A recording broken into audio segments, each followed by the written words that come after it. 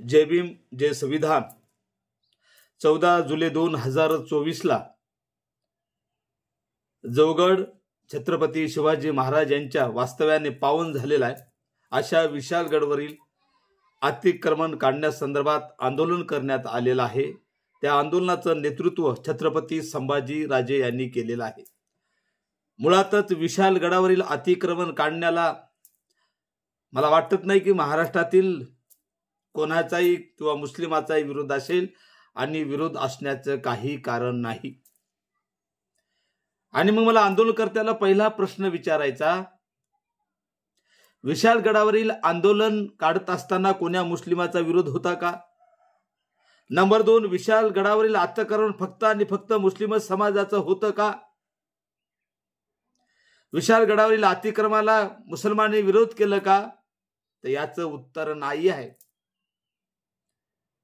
विशालगडावर अतिक्रमण एकूण अतिक्रमणापैकी जवळपास 60 ते 70% अतिक्रमण हे हिंदू समाजाचं होतं। विशालगडावरील अतिक्रमणाला विरोध हिंदू समाजानेच केला। त्या व्यक्तीचं नाव होतं कल्पेश पाटील, ज्यांनी कोर्टात याचिका दाखल केली आणि अतिक्रमण काढण्याला स्थगिती मिळवली। आणि पण विशालगडावरील अतिक्रमणाला जसं काय सगळा विशालगड मुसलमानांनी अतिक्रमण केलेला आहे असा मेसेज सगळीकडे जातीवाद्यांनी पसरविला आणि अतिक्रमण काढत असताना फक्त आणि फक्त मुस्लिम समाजालाच टार्गेट केलेलं आहे। आणि म्हणून माझं मत आहे की ज्या पद्धतीने आंदोलन केले, ज्या पद्धतीने आंदोलनकर्त्यांनी मुस्लिम समाजाला टार्गेट केलं, आमच्या मुस्लिम माया बहिणींना टार्गेट केलं, मस्जिदीला टार्गेट केलं, तर मला तर वाटतं विशालगडावरील अतिक्रमण एक बहाणा होता। खऱ्या अर्थाने मुसलमान समाजाला टार्गेट करणं हा जातीवाद्याचा खरा हेतू होता, हे या ठिकाणी सिद्ध झालेलं आहे। नंबर 2 मुद्दा, विशालगडावरील अतिक्रमण करण्याला कोणाचाही विरोध असण्याचं कारण नाही आणि विरोध करणाऱ्याच्या आम्ही पाठीमागे नाही। पण मला सांगायचं, आंदोलनकर्त्याला अतिक्रमणच काढायचं असेल तर फक्त विशालगडच इथे छत्रपती शिवाजी महाराजांचं वास्तव्य लाभले का? अतिक्रमण काढायचं असते तर पन्हाळगड असेल, सज्जनगड असेल, सिंहगड असेल इत्यादी गड आहेत, या ठिकाणी सुद्धा प्रचंड मोठ्या प्रमाणात अतिक्रमण झालेलं आहे। त्याबद्दल आंदोलनकर्ते का शब्द काढत नाहीत? त्याचे उत्तर मी देतो, कारण त्या ठिकाणी झालेलं अतिक्रमण हे फक्त आणि फक्त हिंदू लोकांचं आहे। या ठिकाणी म्हणजेच विशालगडावर झालेलं 20 ते 30% अतिक्रमण मुस्लिम समाजाचं असल्यामुळे जाणून बुजून त्यांना टार्गेट करण्यासाठी हे आंदोलन केलेलं आहे, हे आपण प्रामुख्याने या ठिकाणी लक्षात घ्यावं। आपल्याला माहित असेल, छत्रपती शिवाजी महाराजांचं स्वराज्य स्थापन करत असताना ज्या मुस्लिम समाजाने खंबीर साथ दिली, छत्रपती शिवाजी महाराजांच्या खांद्याला खांदा लावून लढले, प्रामाणिकपणाने काम केलं, युद्धात मदत केली, एवढंच नाही तर छत्रपती शिवाजी महाराजांचा अंगरक्षक सिद्दी इब्राहिम होता।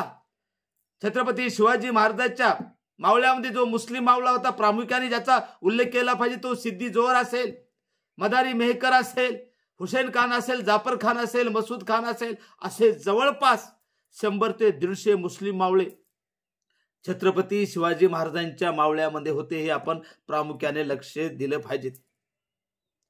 या मुसलमानांनी छत्रपती शिवाजी महाराजांना खंबीर साथ दिली, त्याच मावळ्यांच्या वारसदारावर जातीवाद्यांनी, मनुवाद्यांनी, एवढंच नव्हे तर संभाजी भिडेच्या धारकरी कार्यकर्त्यांनी जाणून बुजून त्यांना जीवनातून उठवण्याचा प्रयत्न केला। त्यांची घरे जाळली, घरे तोडली, जाळपोळ केली, बेदम मारहाण केली, 70 ते 80 2 चाकी असेल, 4 चाकी असेल गाड्याची मोडतोड केली। म्हणून मला या ठिकाणी सांगायचे, छत्रपती शिवाजी महाराजांचं निमित्त होते। खऱ्या अर्थाने छत्रपती शिवाजी महाराजांना पुढे करून खऱ्या अर्थाने जाणून बुजून मनुवाद्यांनी, धारकऱ्यांनी, जातीवाद्यांनी मुस्लिम समाजावर अन्याय केला, ते खऱ्या अर्थाने छत्रपती शिवाजी महाराजांचे मावळे नव्हते तर ते कावळे होते, हे या ठिकाणी सिद्ध झालेलं आहे। त्याही पुढे छत्रपती शिवाजी महाराजांच्या बाबतीत जेव्हा महिलांचा विषय होतो तेव्हा नेहमी एक संदर्भ दिला जातो की सांगितले जाते, आबाजी सोनदेव यांनी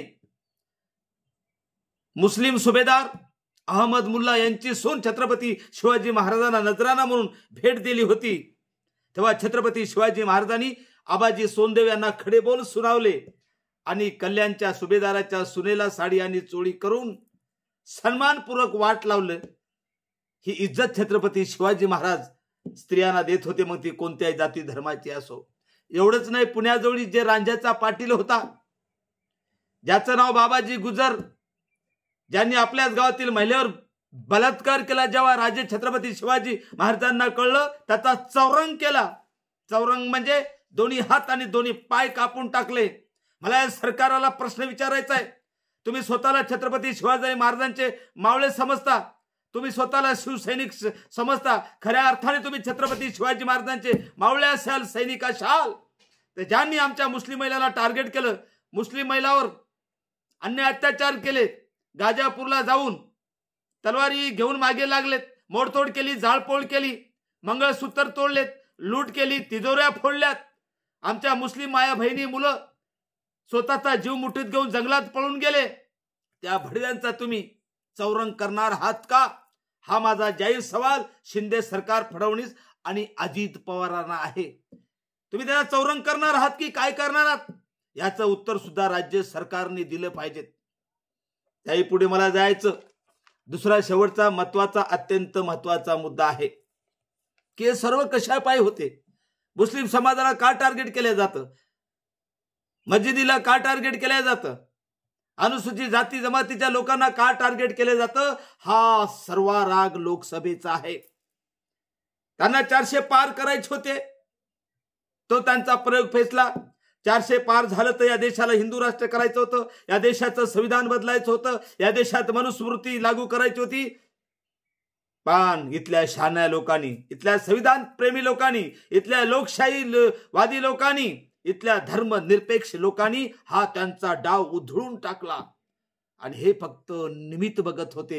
हे निमित्त त्यांना विशाळगडाच्या माध्यमातून मिळालेलं आहे. कारण विशाळगडाचा आणि गजापूर या गावचा तीळ मात्र काही संबंध नाही. विशाळगडापासून 3 ते 4 किलोमीटर गजापूर गाव आहे. पण आंदोलन विशाळगडावर, गजापूर गावचा काही संबंध नसताना जवळपास 2000 माजलेले सांड, मनुवादी सांड, संभाजी भिडेचे धारकरी त्या ठिकाणी घुसले, महिलावर अन्याय अत्याचार केला. एवढंच नाही तर मस्जिदीवर चढून मस्जिदीवर हल्ला केला, नासधूस केली, मोडतोड केली. ज्या छत्रपती शिवाजी महाराजांच्या राज्यामध्ये एकही असं उदाहरण नाही की छत्रपती शिवाजी महाराजांनी मस्जिद पाडली म्हणून. त्या छत्रपती शिवाजी महाराजांचं नाव घेऊन हे मनुवाद्याची अवलाद, ही जातीवाद्याची अवलाद, हे संभाजी भिडेची अवलाद, ही आरएसएसची अवलाद मस्जिदीवर हल्ला करत होती, तोडफोड करत होती. मला म्हणायचं, या देशात संविधानाचं राज्य आहे की नाही? राज्य सरकार काय करतं? राज्य सरकारची जबाबदारी आहे. ज्या डॉक्टर बाबासाहेब आंबेडकरांच्या संविधानाने आर्टिकल 25 नुसार right to freedom of religion, धर्म स्वातंत्र्याचा हक्क दिला, मस्जिद बांधण्याचा हक दिला, प्रार्थना करण्याचा हक दिला, त्यात आमच्या हक्कावर या ठिकाणी गदा येत असेल आणि माझ्या मुस्लिम बांधवाचं संरक्षण हे राज्य शासन करत नसेल तर मी मागणी करतो की एकनाथ शिंदेने राजीनामा द्यावा.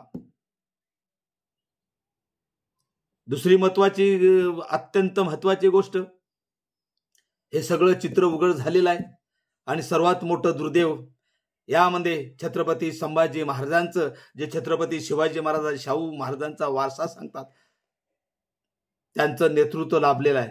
मला वाटतं जातीवाद्यांनी, संभाजी भिडेच्या कार्यकर्त्यांनी, आरएसएसच्या कार्यकर्त्यांनी छत्रपती संभाजी महाराजाला समोर करून हे सगळा डाव साधलेला आहे. हे आपण लक्षात घेतलं पाहिजे. सगळं चित्र उघडं झालेलं आहे. अन्याय अत्याचाराचे व्हिडिओ जगभर पसरलेत आहे, सगळीकडे थू थू थू होत आहे. आणि मग एवढंच नाही तर छत्रपती शिवाजी महाराजांचे वंशज, छत्रपती शाहू महाराजांचे वंशज, विद्यमान खासदार छत्रपती शाहू महाराजांनी गजापूर गावला, विशाळगडला भेट दिली आणि त्यांनी या घटनेचा जाहीर निषेध करून खऱ्या अर्थाने छत्रपती शिवाजी महाराज छत्रपती शाहू महाराजांचे वंशज असल्याचे छत्रपती शाहू महाराजांनी कृतीतून सिद्ध करून दाखवलेलं आहे. त्याबद्दल मी त्यांचं अभिनंदन करतो. आता सगळीकडे थुतू आली, इतका माज, एवढा अन्याय अत्याचार, मग आता काय करायचं? सगळे थुकतायत आणि म्हणून त्यांनी नवीनच मुद्दा समोर आणला.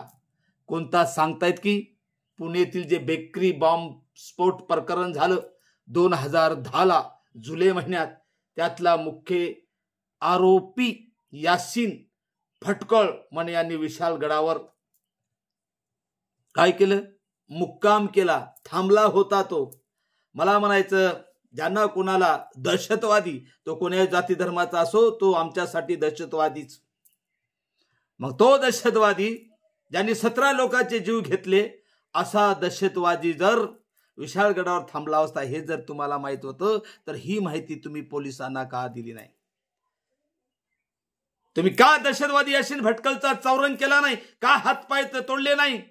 आणि ज्या माझ्या मुस्लिम माया बहिणीवर अन्याय अत्याचार केलेत, त्याला मारलं, जाळपोळ केली, मुस्लिम बांधवावर हल्ला केला, तेव्हा तुमची मर्दांगी दिसली. त्या दहशतवाद्यांना, यासीन भटकलला पकडण्यात, मारण्यात तुमची मर्दांगी का दिसली नाही? मुद्दाम विषय भरकटण्यासाठी जे लोक थुतू करतात, ह्यासाठी जाणून बुजून दहशतवादी यासीन भटकळला या संभाजी भिडेच्या जातीवाद्यांनी, RSSच्या कार्यकर्त्यांनी समोर आणलेला आहे. आणि म्हणून मी परत एकदा शासनाला विनंती करतो की आपल्या देशात संविधानाचं राज्य आहे आणि या राज्यामध्ये कोणी पकपक करता कामा नाही. असे कोणी माजलेले सांड आहेत, याची मस्ती जिरविण्यासाठी राज्य शासनाने काम केलं पाहिजे. जर त्याच्यात ही धमक नसेल तर त्यांनी राजीनामा द्यावा, अशी या ठिकाणी मी भीम टायगर सेनेच्या वतीने या ठिकाणी मागणी करतो. आणि परत मी या ठिकाणी मुस्लिम समाजासोबत असल्याचे, माझे भीम टायगर सैन्या सोबत असल्याचे जाहीर करतो. थांबतो. जय भीम, जय मीम, जय संविधान, जय भारत.